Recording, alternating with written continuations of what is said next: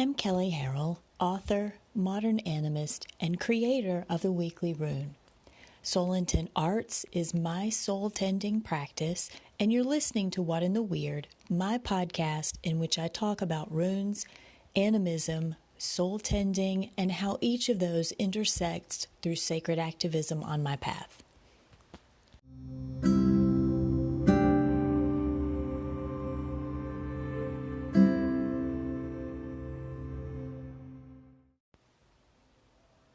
The Weekly Rune is out, and if you're not sure what it is, it's a runecast that I've done for years focused on the runic calendar and the current half-month rune.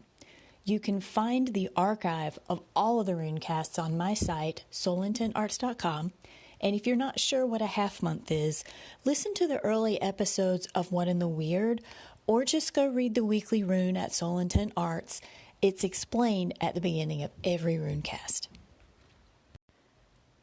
I want to thank all of my Patreon supporters who make the sharing of my rune work through the runecast and this podcast possible with their financial support. If you'd like to support the Weekly Rune, you get access to the full runecast, no ads, more details on the runecast, weekly prompts for engaging the half-month rune in your personal work, and a Galder recording for how to work with the Weekly Runecast through chanting. You can contribute as little or as much as you'd like, and the rewards scale according to what you'd like to receive. And if you don't want any rewards, you just want to show your support, you're welcome to do that. Go to patreon.com and search for the Weekly Rune. You can also subscribe to the free version of the Weekly Rune by going to soulintentarts.com. And thank you so much for doing that. Support Roots Here is the shorthand of our current Weekly Rune. And by that I mean roots is a noun and a verb. The roots we have in the world require our direct support for them to sustain, and the support we need and are required to give in our lives must be rooted right here, right now. It can't be in the past, can't be in the future, can't be in some far-reaching strata of spirituality in the ether. It's right here. Support roots here. And I'd like to talk a little bit about what that means and its significance in the half month of Othala. We've talked about how Othala is the rune of inheritance, estate management, the ancestors, and our descendants. But the major theme running through each of those components is that they require attention in the everyday. They're not about being somewhere in the heavenly stratosphere. They're not about being in the depths of underworld spirituality. They're about being deeply anchored in the mundane and possessing the capability of staying aware of the spiritual layer that is inherent in the mundane. What? I know, people don't talk about that. They don't talk about it enough. We always think of spirituality as if it's this separate layer. But the truth is, it's the nature that we are among every day, all the time. And it's right here. We're in it. We're the ones who don't realize it. Everything around us already knows. So seeing that not only are the mundane and the spiritual connected, they're not separate from each other. And that tiny space that connects them is where we are required to stand and to live well. We're required to completely exist in that space. And yes, I'm talking about animism. And yes, again, I'm talking about tending. Othala brings us front and center to the third chapter of life, the life dynamics and assets that must be tended in the late life stage. Does it mean you have to be old to work with Othala? No, of course not. But it does mean that you need to be thinking about the whole picture. And in fact, this is a little tidbit side note, that's how some folks justify the traditional ordering of the Elder Futhark. We end the Futhark on tending end-of-life assets, and then we roll directly into Fehu, tending beginning life assets. Again, I tend more towards Utharkist ordering, but neither Utharkist or traditional Futhark ordering have anything to do with the runic calendar.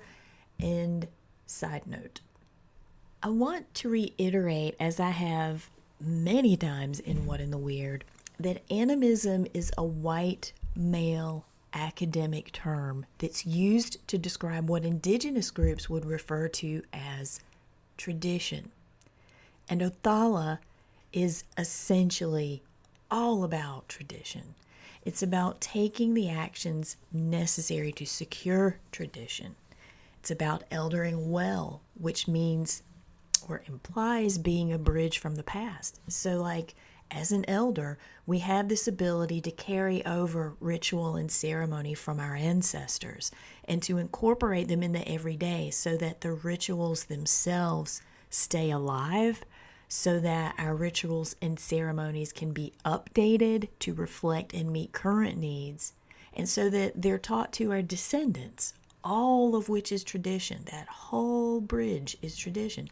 And when you can look at it that way, Othala is about the acceptance of elderhood, which by default implies we must become the living constellation uniting the past and the future. We have to embody the role of that bridge and become the living conduit that internalizes, then passes on tradition.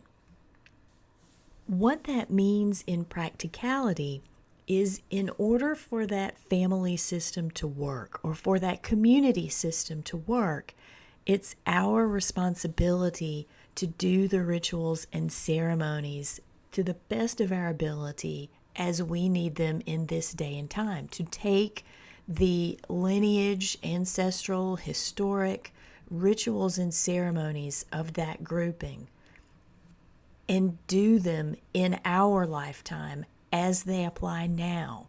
And when I say do it to the best of our ability, I mean we may not have a known family tree. We may not know who our ancestors are, or even the cultural influences of our family lines. And we don't have to know that to honor them. We can still honor them. We can create room for lineages to be unknown, yet still present.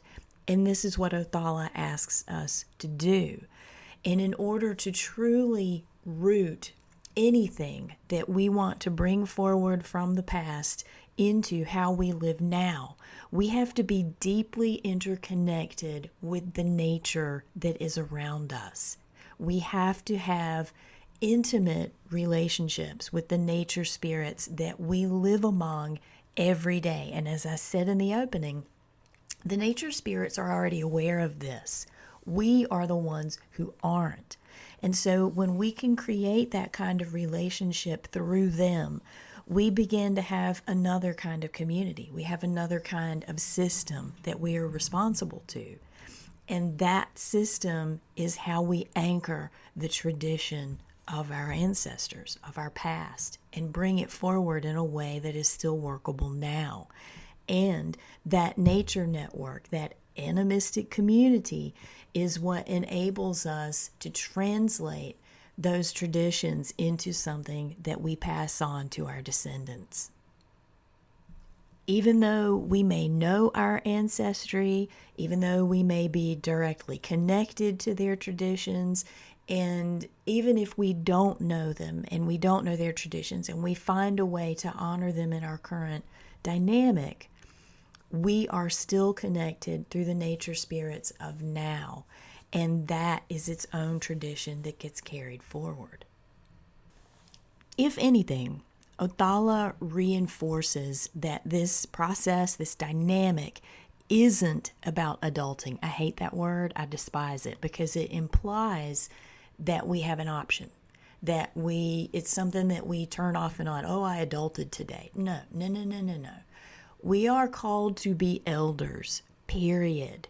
We are called to rise to the strengths of our calling and bear it forward to the planet, or we wouldn't be here right now. That's the whole point. So Othala is all about doing the personal healing, the self-care, all of that stuff that is required to be done on the personal end first, so that we can show up as that fit elder. We are required on the path of animism to eventually embody our communal self. We have to recognize what we bring, our calling, and realize that it isn't something we keep to ourselves. We are supposed to bear it forward to community. And for most of us, the ability to bring that kind of intimacy and vulnerability to community means you have done your shit. You have worked through all of your crap, and you are willing to be the communal version of you. When we embody that part of elderhood, when we embody the ability to stand in our healed, tended selves and bring that into the world, we're doing Othala.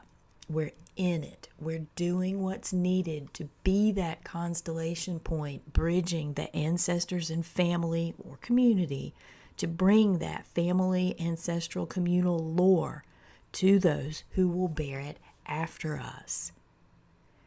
And where do we do that? Not in Asgard, not in the sky vault, not in the upper world or lower world.